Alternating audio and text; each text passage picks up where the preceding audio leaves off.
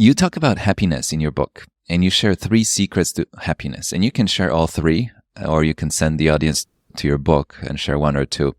But what are the secrets to happiness, Adam? And one of the 3, I'm happy to go through all of them, but one of the 3 keys is secret number 2 is be happy first. And the idea is that we often think that like happiness comes at the end. So we work hard, we achieve some kind of success, and then we become happy. Or we study hard and then we get a good job and then we become happy. Or we work overtime, we get a promotion and then we be happy. So if you be happy first, then that leads to doing great work, which then leads to achieving that success.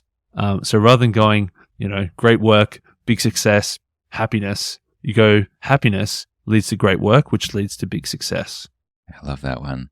What are the other 2?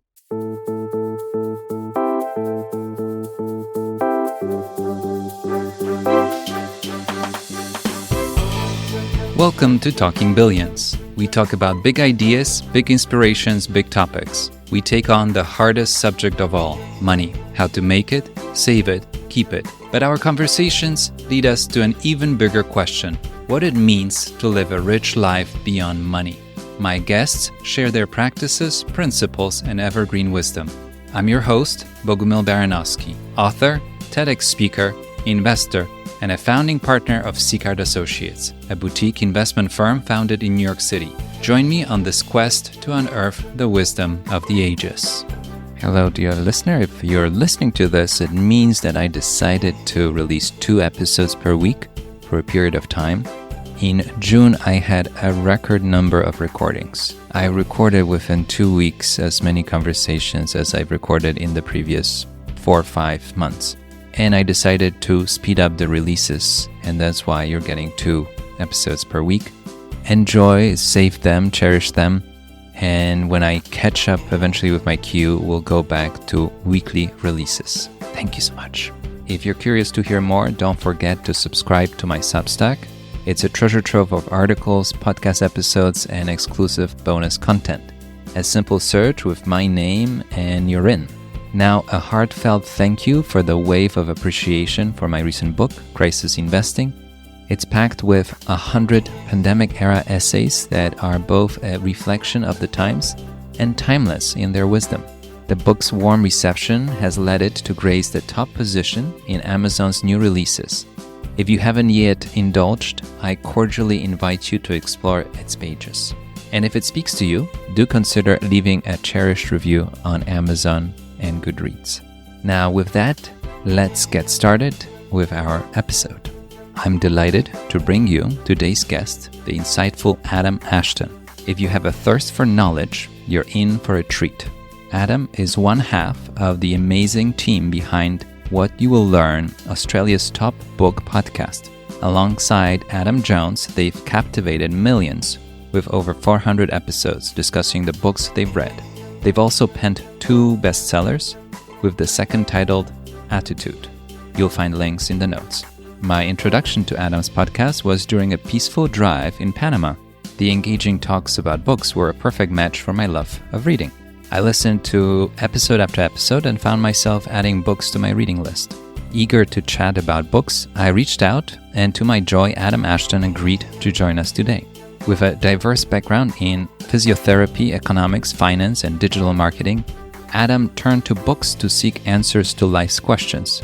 His favorite books have not only broadened his knowledge, but also helped him understand himself and the world. Today, Adam shares his love for reading and how it led him to create What You Will Learn podcast. He believes books are often overlooked treasures that hold simple yet life-changing wisdom. Looking for happiness, Adam shares insights from books that reveal keys to happiness through connections, meaningful work, and understanding values. Adam also talks about passion, hard work, and staying committed, themes that are common in many books and crucial for success. He delves into different mindsets and explains how they can shape your approach to work and life. Public speaking fans take note. Adam discusses how speaking skills can be highly valuable and even touches upon the fascinating concept of a halo effect. We also explore the powerful impact of writing and how it can be a tool for personal growth. Adam's advice for all of us is to take action, embrace new opportunities, and stay open to learning. Speaking with Adam was truly inspiring. This episode is packed with gems of wisdom, so sit back, relax, and please join me in welcoming the wonderful Adam Ashton.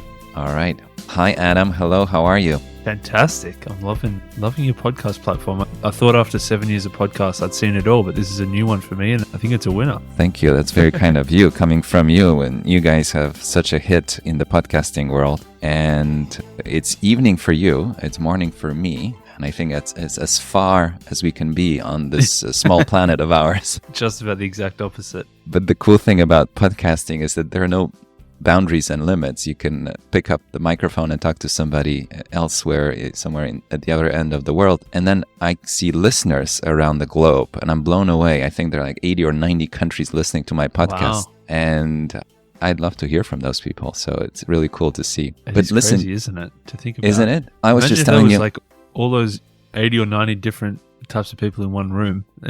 But then obviously just the podcast, you put it out there, you don't really know who's listening, but you can see that someone's listening from all these weird and wonderful countries. Yeah, it's really cool. I was at a conference and I had 2,000 people sitting next to me and listening to a panel.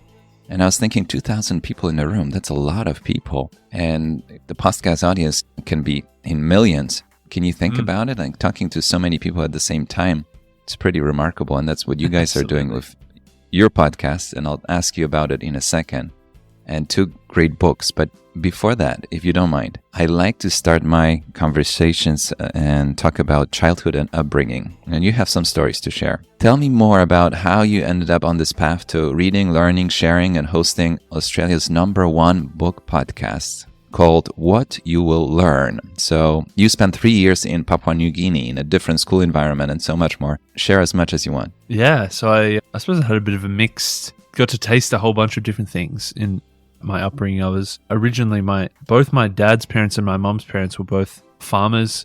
So growing up in like a rural town near their farm, then moving to the city in Melbourne, and then spending 3 years in Papua New Guinea, and then moving back to Australia. So it was tasted a lot of different elements of upbringing, I guess, from obviously rural being a lot more sort of community based, very hardworking, moving to the city, which is probably a lot more external metrics of success, I guess, rather than internal. Moving overseas, which was a completely different culture, completely different experience. Coming back to a super competitive academic environment. Yes, I had a real mixed bag.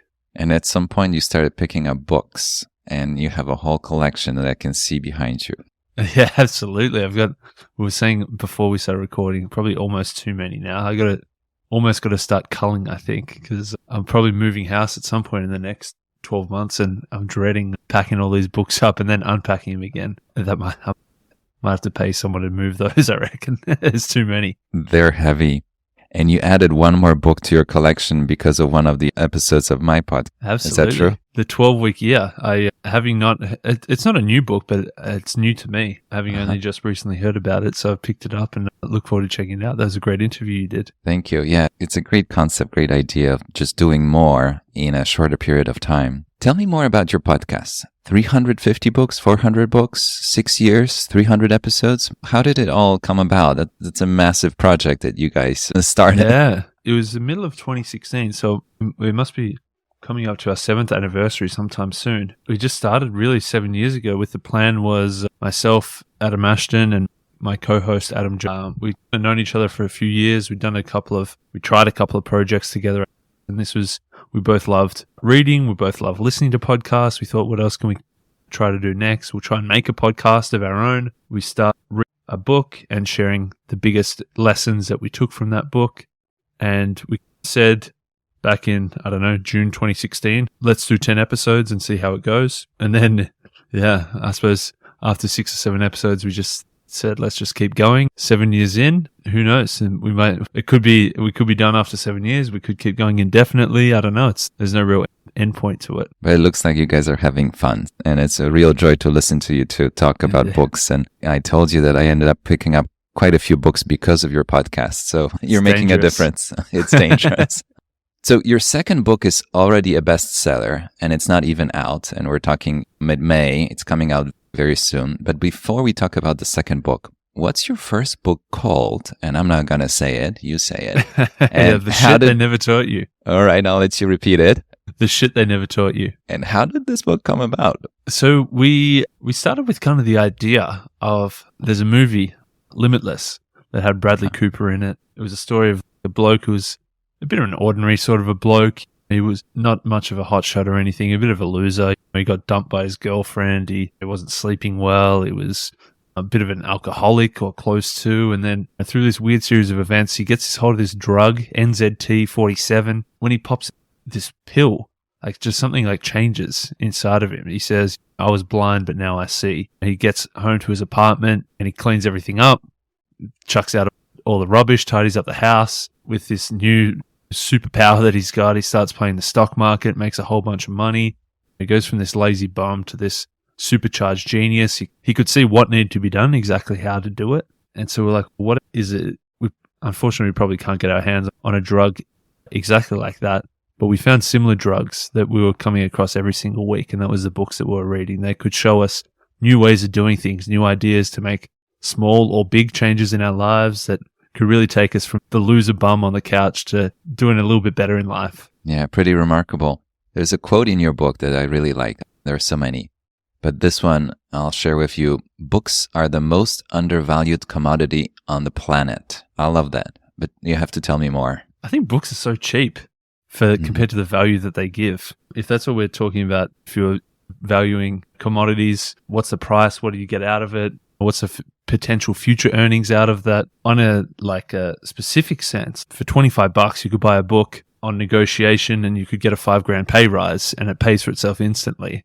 Or you could buy a book on that inspires you to change career paths and you can all of a sudden make a 50% jump in your pay rise because you've taken on a whole different path that you didn't think about previously. Or maybe it's whether it's investing, that if you can get half or 1% better each and every year compounded over a lifetime, that adds up to a hell of a lot more than $25 that you spent on that book. So in those specific, there's going to heaps and heaps of books that are going to more than pay for themselves, the investment that you put in. But then also in a general sense, just like constantly reading, constantly learning, constantly improving for $25 a hit, it's so cheap. So we think the most undervalued commodity. When you think about it, it's usually a lifetime of experience that somebody shares in a book. And it's years and everything they learned, mistakes they made, and they share it in 250, 350 pages usually. And sometimes for a lot less than the 25.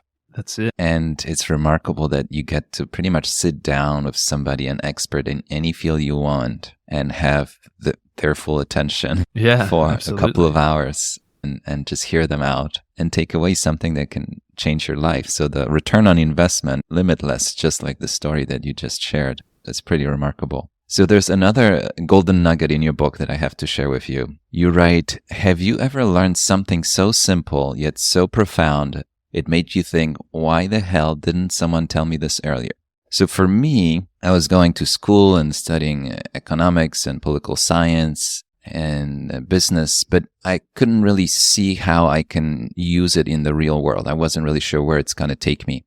And I picked up a book, One Up on Wall Street by Peter Lynch. And it's a small book, simple book that we all should be investors and we all have a lot of knowledge about businesses out there. And he said that stocks are small pieces of businesses. And I have to tell you that none of my professors told me such a simple truth. They told me the stock market is a casino. They showed us very complex models that really took us really far away from what the stocks are. But he said, you get to own small pieces of successful businesses. And after reading that, it's something that you can't unhear. And my life took a whole different direction. I ended up on the path that I'm on. I'm curious about your discovery, one simple truth, one profound truth that you found in books that really made a difference in your life, if you don't mind sharing. Yeah, an early sort of in the reading journey. Book is a pretty well-known book, The 7 Habits of Highly Effective People. And in that, he talks about the circle of influence versus the circle of concern. And in that there's most people have a very big circle of concern. There's a lot of things that we're worried about. Obviously, we're worried about our jobs, we're worried about our families, we're worried about the environment, we're worried about kids starving on the other side of the world. There's lots of things that we're concerned about, and rightly so. But unfortunately, the things that we actually have influence over, our circle of influence, is a lot smaller. The things that we can control ourselves or make some kind of positive impact towards is a lot smaller. And so the most effective people are the ones who shrink their circle of concern and expand their circle of influence. You're always going to be concerned about some things outside of your control, but the more you can minimize the difference between those two, the better. It's very stoic, isn't it? Very, yeah. And I didn't realize until later, reading more Stoicism books, I realized that he just ripped that idea from the Stoics 2,000 years earlier. But I thought the first time I read it, I thought he'd come up with this all on his own. It was pretty profound, but he repackaged it pretty well. I think once you're reading books and you get past the 50 or 100, you realize that some ideas start to repeat. Oh, yeah. And we might have to hear them more than once to really embrace them. But it looks like the humanity came up with everything and we know everything. We just might not use it. That's the beauty of books. You talk about happiness in your book and you share 3 secrets to happiness. And you can share all 3, or you can send the audience to your book and share 1 or 2. But what are the secrets to happiness, Adam? Yeah, this was the book, The Shit They Never Taught You, it's 115 chapters grouped into 32 meta lessons across 9 different parts. So we've got a section on personal finances, we've got a section on career development, we've got a section on philosophy, we've got a section on business and entrepreneurship, a section on like science and history and human behavior and psychology and stuff like that. But the section that we started the book with was a lot of the personal development stuff, and specifically like chapter 1 out of 115 was these 3 secrets to happiness, because we did think it seems easy, like everyone wants to be happy, but also it seems so hard as well. It seems sometimes fleeting, like people either build it up too much or they're trying too hard, or like we just thought it was something that was really important to start this book on, as much as there was all those other things people wanted to learn, how to make more money or how to get a better job or how to start a business. We thought that it was important to start with happiness. And one of the 3, I'm happy to go through all of them, but one of the 3 keys is secret number 2 is be happy first. And the idea is that we often think that like happiness comes at the end. So we work hard, we achieve some kind of success, and then we become happy. Or we study hard and then we get a good job and then we become happy. Or we work overtime, we get a promotion, and then we be happy. Like in all those scenarios, the happiness is like the third thing, like work, some kind of input and then some kind of output and then happiness as a result. But really, that's broken. If we do it that way, we're really just going to be chasing the next thing. So you work overtime, you get a promotion. The third step of be happy, you don't really get to that because then you just go back to step 1. You work more to get the next promotion, and you're just constantly in that cycle of working harder to get that next promotion. So really the thing that it's backwards is you have to be happy first. So if you be happy first, then that leads to doing great work, which then leads to achieving that success. So rather than going great work, big success, happiness, you go happiness leads to great work, which leads to big success. I love that one. What are the other 2? So one is remember the lottery is secret number 1. In that if you think about the odds of winning the lottery, the biggest lottery in history was like $1.5 billion US. 3 hit it at the same time. So they each won $500 million plus, which is pretty life-changing. If you think about the odds of that lottery, though, whilst it was extremely unlikely, the odds of us even being here are so much less likely. It's like winning the lottery billions of times over. If we think of the math, like firstly, the lottery that planet Earth can even exist and support life, having just the right mix of elements and temperature and pressure and everything, heat, everything come together in the exact right formation is just so unlikely. Then there was also the lottery of being born as a human that kind of dominates this planet as opposed to an animal or another species. It was a massive lottery to win. The lottery of being like born today, not centuries ago when there was poor medical things, or you could step on a little stick and cut your foot open and then there's an infection and you die a few days later. Thankfully, we're not born in those times. There was another lottery that your great-grandparents got frisky on the right night in the right sort of order that you beat thousands or hundreds of thousands of potential brothers and sisters that didn't make it to the egg right in time.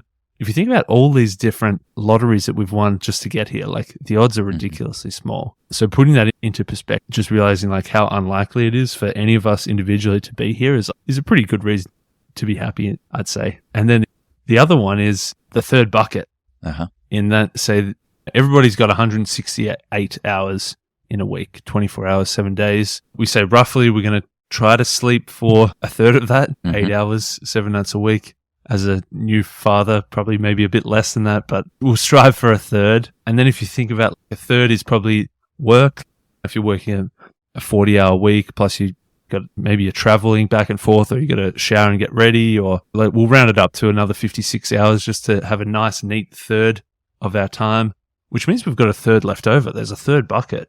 Outside of sleep and work, there's a third of the time to do other things. Now, some people fill that third bucket with more work.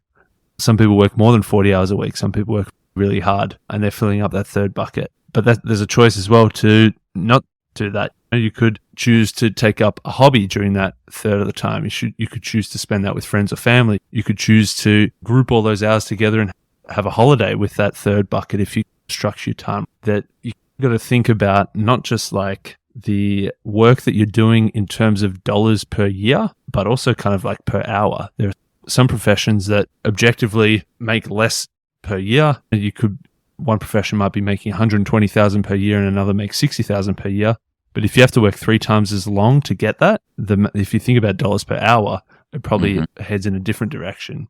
And obviously it's personal preference. If you just want to have 2 full buckets of work, that's fine. But if you want to have 1 bucket of work and 1 bucket of leisure for other things, I think that's a pretty important key to happiness as well. It's interesting because on my podcast, we talk about money, investing, life, but we end up talking about time. And it's really interesting that you can't borrow or save or steal time. You just have what you have, and everybody has the same. Doesn't matter how rich or poor, how successful or how much they're struggling. It doesn't really matter. It's the same time, and how you use it really matters and makes the biggest difference in our life and pursuit of happiness. And I really like the idea that you shared to be happy first, because I think the word is conditional. If we make happiness conditional, it's a trap, and it's very hard to get there, because the more you have or the more you think you have, the more you think you need, and it's an endless trap. But if you can be happy first just with the pursuit, I think that's a wonderful secret to it all. I don't know if you know Morgan Housel, who wrote The Psychology of Money. You know him. I know the book. Yeah. I don't know if you guys discussed it on your podcast, but he has some really interesting observations about money, but it's really life philosophy. And one of the things he writes is that the first paycheck that you might have received, and when your account went from $5 to $500, probably meant more to you than doubling your fortune from 10 to 20 million. And I thought it's really a powerful thought. We work with families with multi-generational wealth, and we work with people that just created wealth. So speaking of not just being born, but having wealth that's many times higher than an average person, that's a life-changing experience. And then being grateful and feeling responsible for it and making good use of it, I think it's a whole new path for a lot of people. And it's fascinating to watch what it can do and what kind of a difference it can make in people's lives. But I think the word is gratitude. Listening to you, I was thinking just being grateful. We're here. We get to enjoy this life. I think that's the word I walked away with. And with gratitude, everything else follows, and happiness will slowly slide into your life. Absolutely. You write about the importance of connections. And I really like that part of your book. You talk about connections with people, but also with work, with value. Can you talk more about that? Because that's something beyond money and monetary visible things we think matter, but just enjoying the connections with the work we do, with the people that we have in our lives. And I think the last few years, the pandemic time when we felt separated from everybody else, we couldn't even go to our workplace. I think connections came up to the surface more than ever. Staying in touch with people. A lot of people rethought what they want to do with their lives too. So I think connections it's a big word in our lives. Yeah, absolutely. It really did put everything into perspective. I suppose it was a good opportunity to do the thinking, like the bigger picture thinking that you always know that you should do, but you always put off, or you're always too busy, or you always find some other excuse to do it. But when we had nothing else to do, we had nothing else to do. There was a study it was in 2011, so I'd be curious to know how the numbers had changed now. But in 2011, a study across 142 different countries, and it found that when it came to work, 13% of people were engaged. They were enthusiastic. They committed positively to their organization, and then 63% were not engaged. They were just doing what they had to do, doing the bare minimum, just scraping by. They didn't add a whole lot of energy or passion into their work, and that left 24% that were actively disengaged. So not only were they just scraping by or just doing the bare minimum, they were like actively trying to mess shit up. Good. So obviously, unless you were one of the 13%, then that means you're in the 87% that didn't really have that strong connection to work. And I suppose tying back to the buckets, if on average it's like a third of the time that you spend in your week, like that's a hell of a lot of time. to be doing something that you're not fully connected to, something you don't enjoy, or something that you're not really contributing to, like putting in the effort to get some kind of reward, external or internal, like not being totally connected to what you're doing for a third of the time is obviously going to be a bit of a drain on the psyche. Similarly, connections with other people. We've gone from living in, tribes of 100 or 150 people where everybody's actively working together. Over time, that kind of shrinks down to maybe clusters of families, or maybe even just a single family household, but there could be it feels like our neighbors are like further apart than ever. Even if you're in a big city, they're probably physically getting closer to you, but emotionally getting more distant. That we just don't have those connections with other people that we used to have growing up as well. Connections to values as well. If over hundreds of years, religion a lot bigger part, and it's dwindling now. That was one sense of values. Not saying that everybody should be or has to be religious, but that was just like that. That's a forced way to have those values. If you can find some other way to have a strong set of values that you're connected to, it gives you like that sort of guiding direction in life, as opposed to just meandering through aimlessly. There's all these kind of things that over time we become less and less connected to, and it's leading to less and less happiness as well. I really like all those ideas, starting from finding something that you really enjoy doing. And I know it's easier said than done, but spending your life, we all compromise at different points in life, of course. And we have to do certain things during our career that maybe we're not the most passionate about. But in the long run, I think the aspiration is to be doing something that you're proud of, you enjoy, you feel connected to. And I think speaking of gratitude, it's a big win if you find, and it's something that can pay your rent and provide a source of income at the same time. And if it's not, then at least on the side have something that puts that smile on your face, like the project you guys have that took a life of its own with your books that follow, that we'll talk about in a second. But it's very important. And then people in your life, I think the pandemic days reminded us that people are really important to us, and not being able to talk to them and see them and hug them, I think it made us realize we need all those people in our life. And I think I hope it brought our focus and attention to what's important. There's another observation in your book that I had to pause and think about, and I'll tell you in a second why. You write, go for walks, eat well, get enough sleep, take breaks, meditate, get lost in music. And then you follow that quote with, lean on others when you need them, be there for them when they need you. So two different quotes in one. But when the pandemic started, my wife and I would leave our small New York apartment and go for walks, because sitting in the same apartment where we eat, sleep, and work was not good for us. And we ended up leaving New York and staying in a cabin in the woods for quite a while. And we felt very blessed we got to do that. And it was a very simple life in the woods, but we got to go outside and walk and enjoy it. It reminded me that work is important, but you as a human being, if you don't treat yourself well in the ways that you describe in this quote, walking, eating, sleeping, taking breaks, and meditating, it will catch up with you, and then everything else in your life will not do as well. And I like the second part, which goes back to connections, that you need others to lean on, and you have to be there for them to lean on you. Can you talk more about that? I really like that quote. Yeah, I think really that is the only way to like truly deepen those connections, I think, with other people. Like, of course, it's nice to have friends that you have fun with, that you drink at the pub with, or that you play games with, and all those things. But it's not until, I guess, you hit some kind of challenge or some kind of obstacle that you can really then deepen those interpersonal relationships. And it could be big or small, of course, but just having that sense of reliability,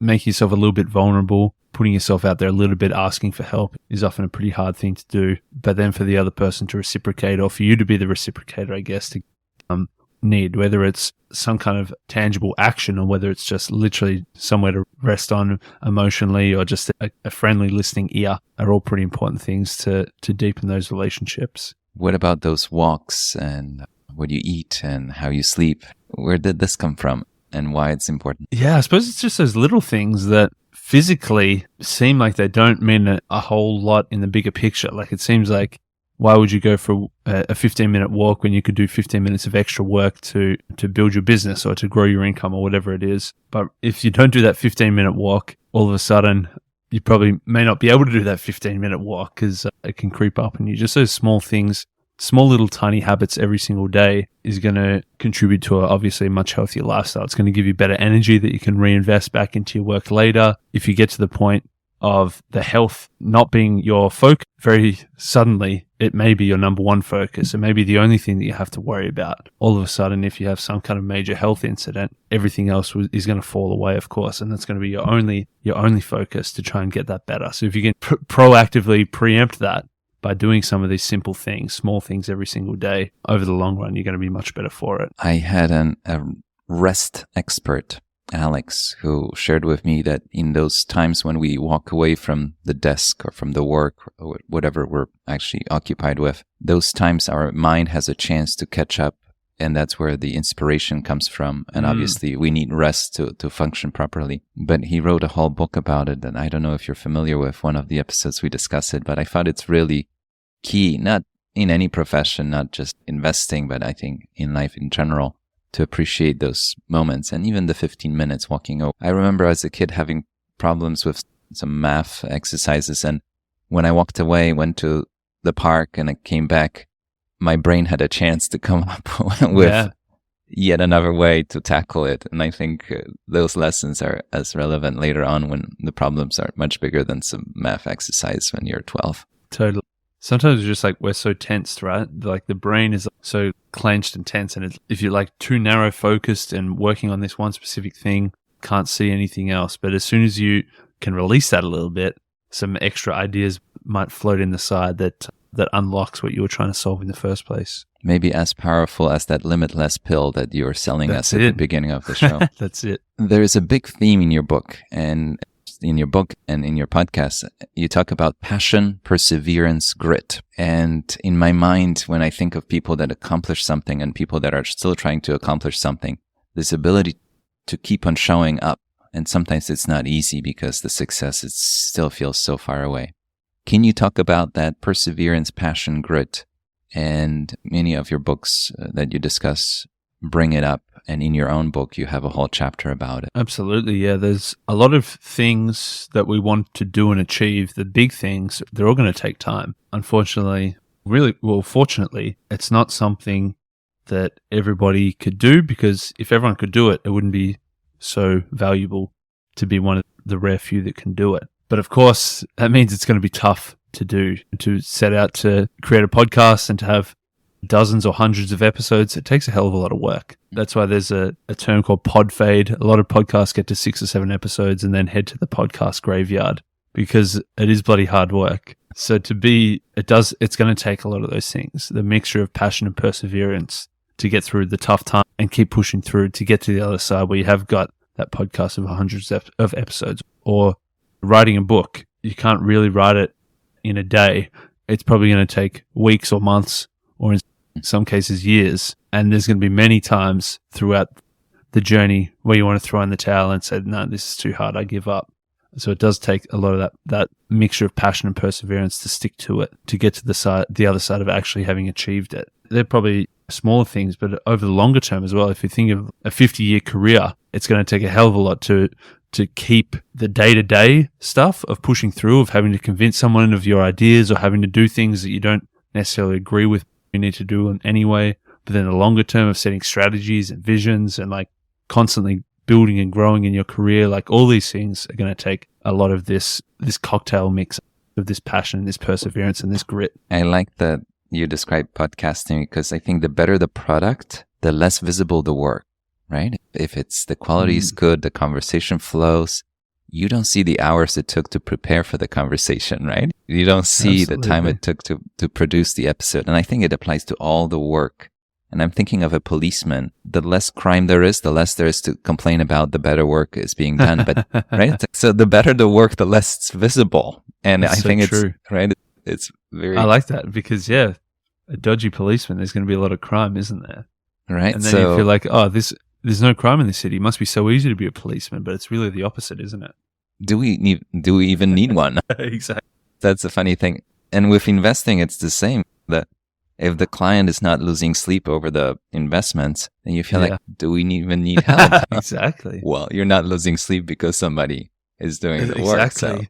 I suppose for us as well. So I do a lot of marketing, whether it's freelance marketing for businesses as well. Like a lot of times when they're like, do we really need marketing? We're making sales. Like people know about us, that they're buying our product. But that's because you did the marketing, right? It's really interesting. The less visible the work, the more value it might be adding, whatever you do. I like that. So you're right about different ways that we can contribute to the world. And I really thought about it because I feel like I'm of service to people. I'm of service to our clients.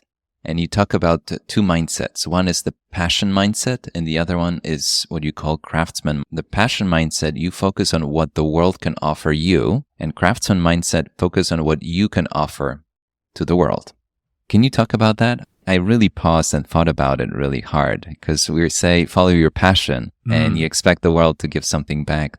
But the craftsman mindset, I think, resonates even more with me. Can you talk about it? Yeah, there's obviously the idea of follow your passion is good. You want to find something that you're passionate about. But the problem with that mindset of looking for your passion, finding your passion, hoping for one day with enough soul searching to stumble upon, yes, this is my passion, I found it. The problem with that is you're going to be focused on the negatives a lot of the time. If something doesn't feel quite right, it's like, it mustn't be my passion. I'll have to move on to the next thing. And then obviously that goes against the grit conversation that we just had just before this. But like constantly searching for your passion, you're like hoping to find that click. You're hoping to find that love at first sight, meeting someone in a bar and it just clicks and it just works. But unless you're in a Disney movie, relationships don't often happen like that. A lot of the time it builds over time. And the more committed you get in a longer term relationship, the more it feels right, I guess. The more passion that you feel in that relationship as well.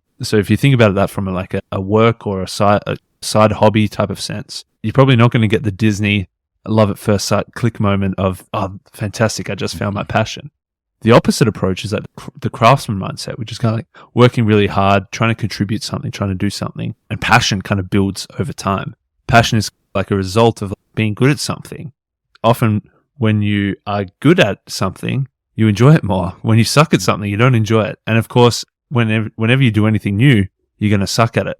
So then by default, if you're trying new things and hoping to just find your passion, you're going to suck at it and you're not going to be passionate about it. Whereas if you can develop your skills, if you can hone your craft, if you can get better at it, if you can commit over time and get deeper into it and understand it a lot better, you might all of a sudden realize, hey, I'm actually pretty passionate about this thing. I like that. Think about what you can offer the world. And even if it's hard at the beginning, the world might appreciate it in the long run and you might have fun with it anyway. I suppose it's like the be happy thing we spoke about earlier. Normally we think if you find your passion, then you work hard and you'll get really good at it. But it's actually the other way around. It's like if you work really hard and then you get good at it, all of a sudden you realize as a side effect, you found your passion. It's interesting because one of the things I picked up during the pandemic was surfing. And I'm curious if you're a surfer. Are you a surfer? Nah, the other Adam's a big surfer. I've been like 2 or 3 times in my whole life and I'm not built for it. I think I'm too tall and uncoordinated. That's what they told me, that I'm too tall. I stuck with it anyway. But It's been the most humbling pursuit, at least in my adult life, to learn. It takes so much time. And at the beginning, it's really hard. And you feel very discouraged how hard it can be just to get up on the board, to find the right wave, to balance. Just to get out there, To even get out there and to stay on the wave. But I was thinking that it teaches you a lot of the same values, qualities that you need as an investor. Patience, discipline, you wait for the right wave, you don't chase every single wave, you pace yourself, and obviously you want to survive, not just in terms of not killing yourself, but not hurting yourself. And it's like investing, but I think learning a new skill at the beginning, any skill or a new language or anything, At the beginning, you don't see the results and it's really hard, but I think a lot of those pursuits are worth it at the end.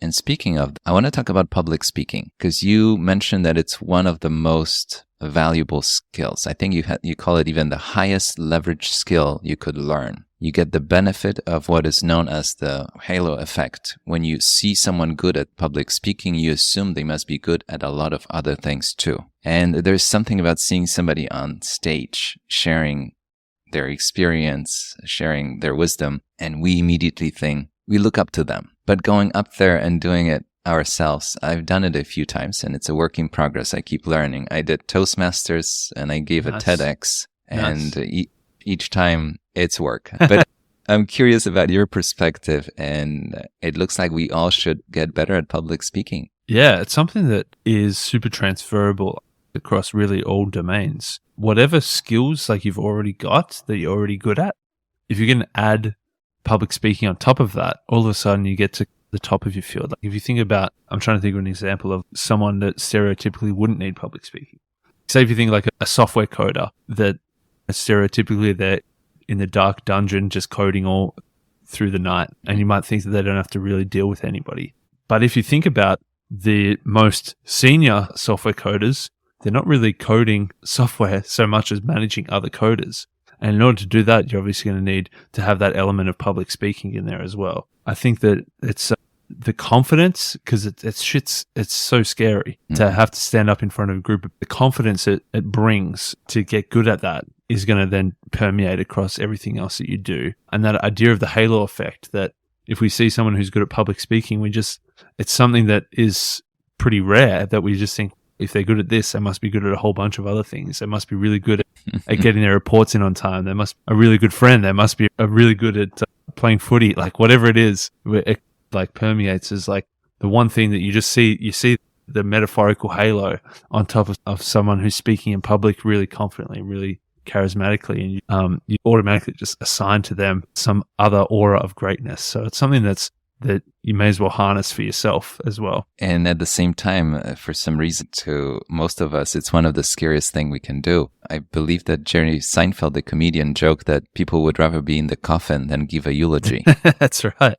And I thought, it's a joke, but it's not a joke. There's some truth to it. And Warren Buffett, the famous investor, he sits down every year in front of 50,000 people and answers questions. He doesn't know what kind of questions are coming. But if you read stories of him at 15, 16, 17, 18, he was so afraid of public speaking that he would choose courses, classes, so that he doesn't have to have any assignment that would require even the smallest public speaking in front of the class. And then he took Dale Carnegie's course, and that changed his life. I'm guessing you're familiar with the story, but it's hard to imagine Warren Buffett being afraid of public speaking. And he also mentions that it really changed his life. He ended up teaching and pitching his investments to other people, and obviously led him to a path he's on. Without public speaking, I don't think he'd be where he is now. So the skills were very powerful and valuable, but without that ability to share it with others, I think we limit ourselves. Going back to what we started with,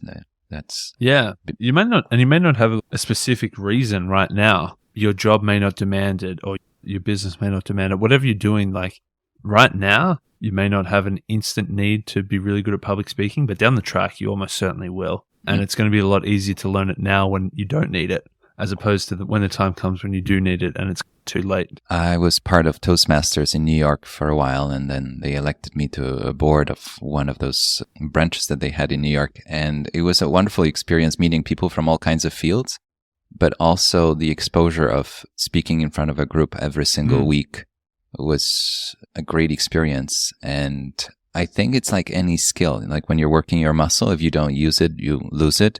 And if you don't have too many opportunities to stand in front of a larger crowd, don't wait until your friend's wedding. Start doing it now.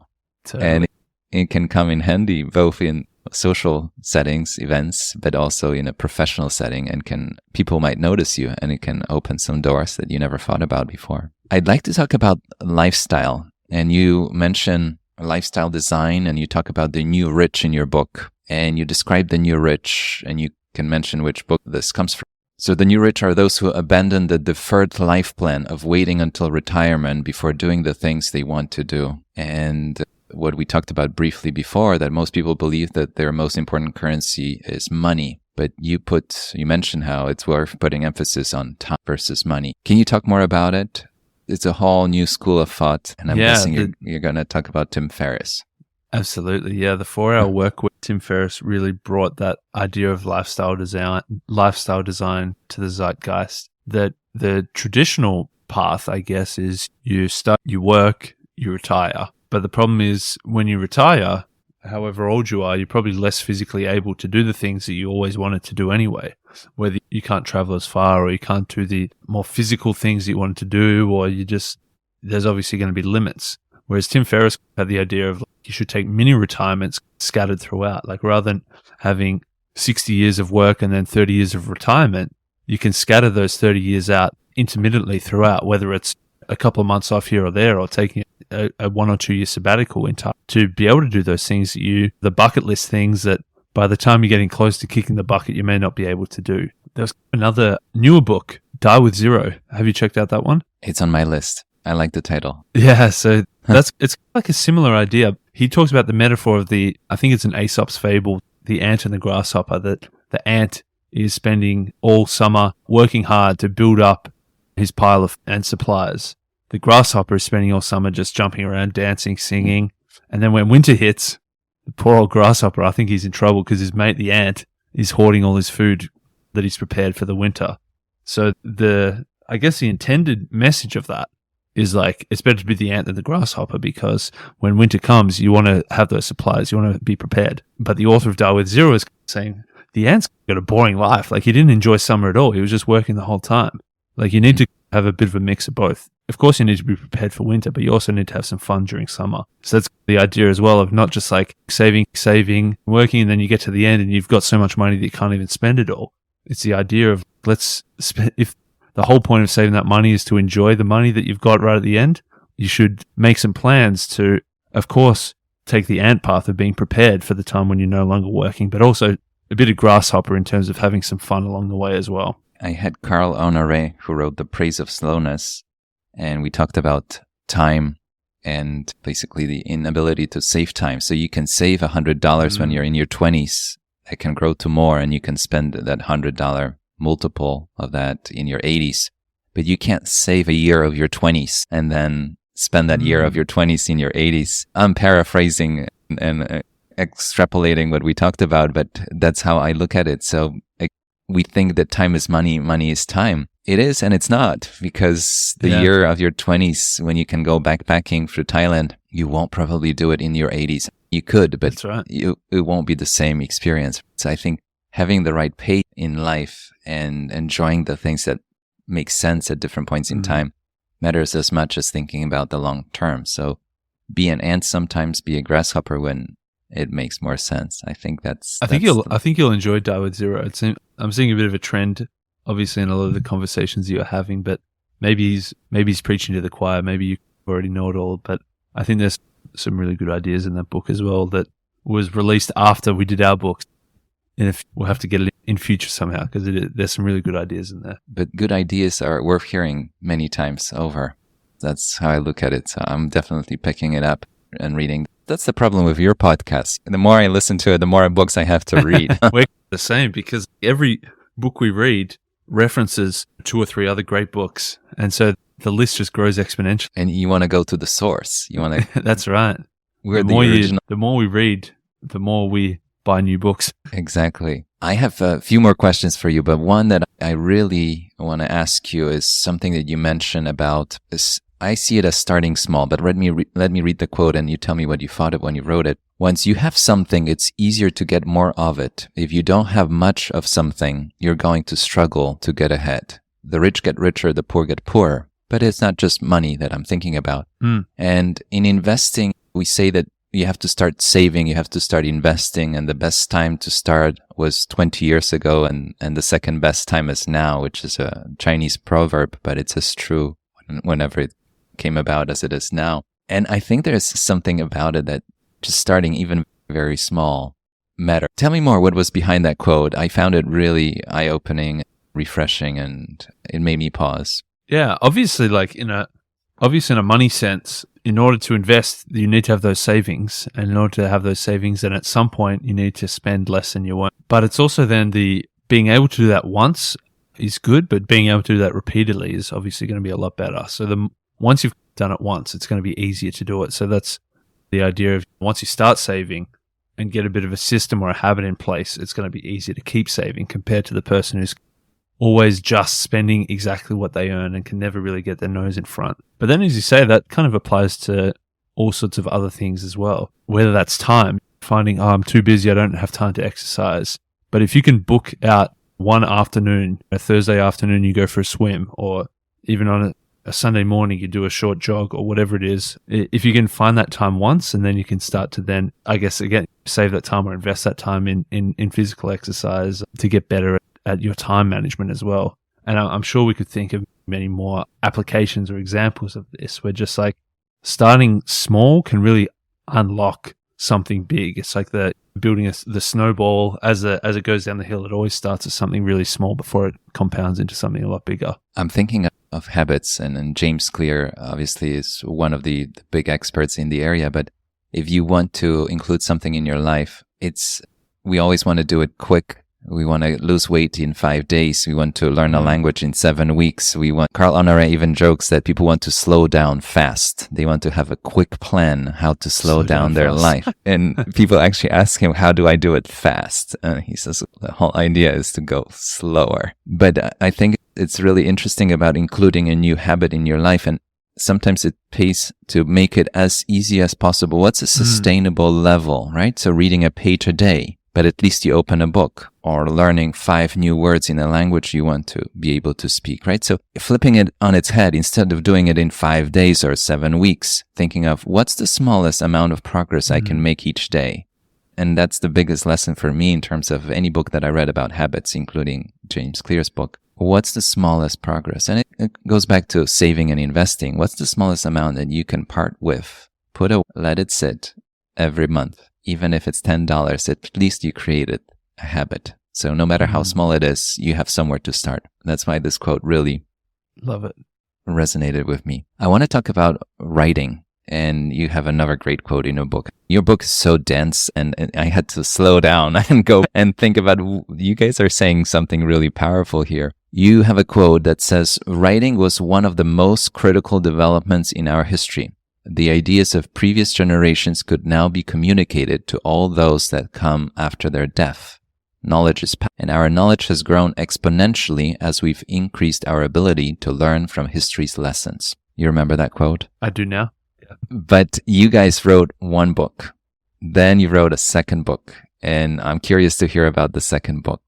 But let's talk about the power of writing. You guys are reading all the time, clear, as many of my listeners, and as do I. But tell me more about writing, the experience of writing. Share with us a little bit more about the second book that's already a bestseller. Yeah, I think that obviously like reading, we're learning so much. There's so many, as we said at the start, there's so many great ideas out there. There's so many great authors that in all different areas, whatever problem you're facing right now, there's some expert who's solved it and has got the answer for you in a book somewhere. And then reading's great to tap into that. And for us, reading hundreds of books, there's like a big web of like information, but then it's the writing that kind of connects that all together, like taking this project and like structuring it up, grouping the 115 chapters into 32 lessons across 9 different, building the scaffolding, I guess, or building the different layers of the structure really gets everything to stick. We've been saying how there's a lot of ideas that pop up all over the place in different areas, and different ideas that can apply to different walks of life. By doing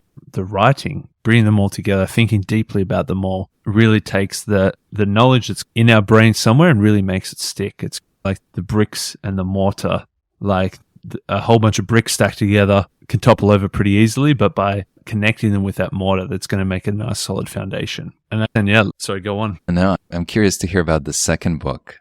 So what's that one about? Yeah, so the first book, The Shit They Never Taught You, was like very broad, very wide. We really took the whole landscape of this whole sort of reading journey, personal development journey that we've been on. And as I mentioned, across personal development, career, business, marketing, personal finances, philosophy, psychology. I don't even remember all 9 of them. I normally get to 6 or 7 and then forget what else was in there. But there was so much stuff in there. The new book is, as opposed to going wide and broad, this is like going very narrow and deep. So we picked one specific area. It's called attitude. And we talk about the best lesson that we'd read in all these books about things like mindset and attitude. So the lessons were vision, change, learning, fear, and boldness. And so we realized that from a lot of these successful people that we've been reading their biographies about or reading books that talk about successful people, whether they were CEOs, whether they were famous investors, whether they were musicians, whether they were artists, whether they were entrepreneurs, politicians, we're like, what kind of connects all these different people? What do they have in common? Or were they born? We talked about the lotteries before. Did they win the birth lottery? Did they have rich, successful parents? And they were starting the race of life 10 meters ahead of everybody else, that their success was inevitable. But the more we looked into it, the more it was like, not really. They all had their own unique obstacles and challenge. It wasn't that everything was just handed to them and success was inevitable. Really, the only thing they had in common was their attitude. And so it was really a process of trying to dissect what are the things that these people do, and hence what are the things that everybody can do to take and apply to their own outlook on life that's going to make success more inevitable. One big, profound idea, but that can change people's lives. And I'm looking forward to reading that book. And I like the idea and the description that the first one, it's so much, you're going so far. And here you're focusing on maybe one of the most important things that can help people get started on a path. And speaking of that, one of the last questions I have for you is about taking the action. And in your book, you say, take action to benefit from randomness. I like the idea of whether you call it serendipity or synchronicity or flow or gravitational pull, whatever you want to call it. But once you start with an action, and you're already smiling, so you have some thoughts about it. Once you start with an action, things start to happen. You guys started with the podcast. I think it took you on a journey that you might have not even expected. And 2 books followed, and I'm sure a lot of friendships and connections and all that. Maybe one single advice for the audience, but take action. Let's talk about that. How important that is. Yeah, absolutely. Like in the new book, Attitude, we talk about vision as being the first step. Vision, having a bit of an idea about what you want to do, thinking about it, wishing, dreaming, hoping. All these things are good, visualizing, but it's not really until you take action that anything actually happens. I feel like that's the key, is just like trying a whole bunch of things. Like when we were doing podcast interviews 2 years ago for the launch of the book, like our main tagline, I guess, was read books and do shit. Like read books is super important to learn lessons, to experience new things, to tap into the works of geniuses that have come before us and give us new ideas. But then really the do shit part of it is when that's where the rubber meets the road. That's where things start to happen. That's when you stop just learning and start actually doing. I suppose like for me, like personal examples of, I tried a whole bunch of stuff when I was younger. Like I wrote a book in like maybe 2015 or 2014, interviewed a whole bunch of entrepreneurs and put their stories together into a book. It was fine. Admittedly, it wasn't amazing. If I was to do it again now, I'd do it very differently. But at the time, of course, it was great. It was specifically aimed at like school students as well. So even now, like today, people I'm still crossing paths with it that say they read this book, 5 or 6 years ago and learnt a lot from it. But then because of doing that, it's obviously led to writing more books now. It even led to a ghostwriting project where a company wanted to go through their entire, it was a 6th generation family business. They talked about their great grandparents emigrating from Europe to Australia and starting up this business. And then it had been handed down through the generations. And the patriarch of the family was an only child whose son was an only child, whose dad was an only child. And he was coming towards the end of his life. And I've got all these stories of this entire family company history, and it dies with me in a sense. And he wanted to get the stories out before that. And through a whole random serendipitous sort of discovery, I guess, they found me as the guy who'd written this book 5 years earlier about these entrepreneurs. And I had the proof in the pudding. If they put up a job ad on, and I could say, hey, I can probably do this. It's very different to actually them finding me because I'd done this book 5 years earlier and I had the proof that I could actually do this thing. And so it led to that. It was a pretty big, 12, 15-month project to pull together 150 years of history of both the family side, but also the business side. And it was a big project. that only came about because of something I'd done serendipitously 5 or 7 years earlier, because I'd taken the action to actually do it, not just think about it. Adam, I can't tell you how much I love what I'm hearing. And I'll tell you why. So you know that we manage money for families. And I wrote a book, Money, Life, Family, a few years ago, where I researched successful families that got their wealth over generations, all kinds of stories. And the big, powerful lesson, many of them, was that keeping those stories alive help families stay together, that you share something. And the story, whether it's Australia or America, immigrants coming to a new country and starting fresh with very little or nothing and building something. The stories, the ownership of those stories can help a family see its shared identity and then continue and perpetuate the success. It's much more than money or business. It's also a family story.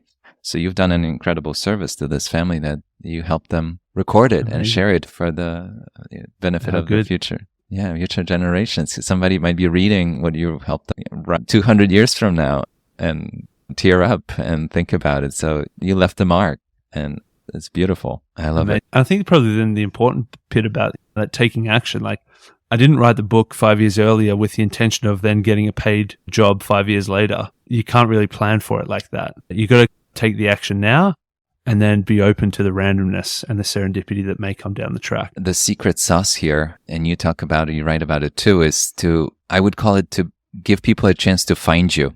And if you leave that kind of trail out there, whether it's writing or speaking or podcasting or books, people get to find you and see how you can find that connection and maybe create something together.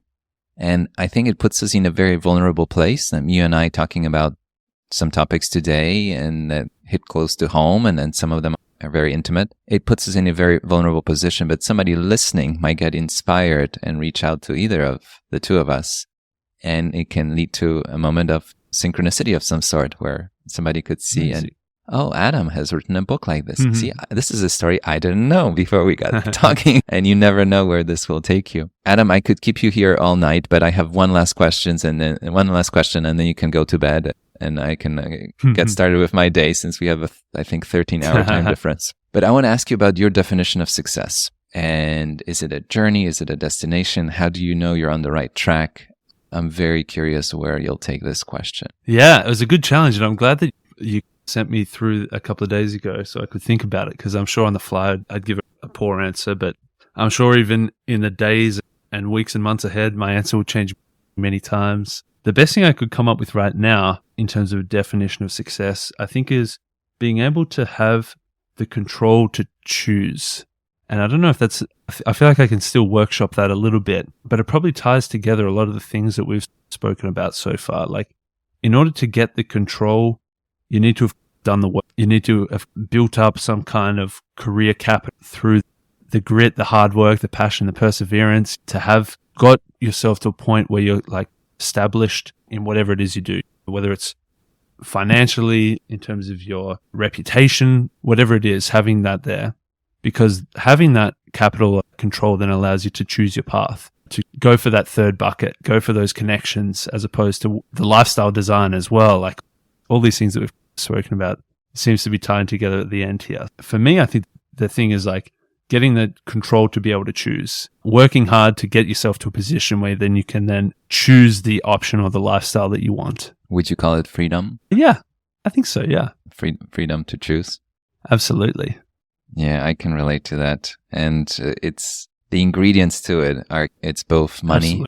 It's time, it's skill, it's the right people, it's the connections that you have. It's many pieces of the puzzle that come together that allow you to make free choices of what do you want to do. And reading all the books that you guys have read, I'm sure you have 1,000 ideas, and I'm really curious where you guys take it, and you personally, where you're going to be 5, 10, 20 years from now.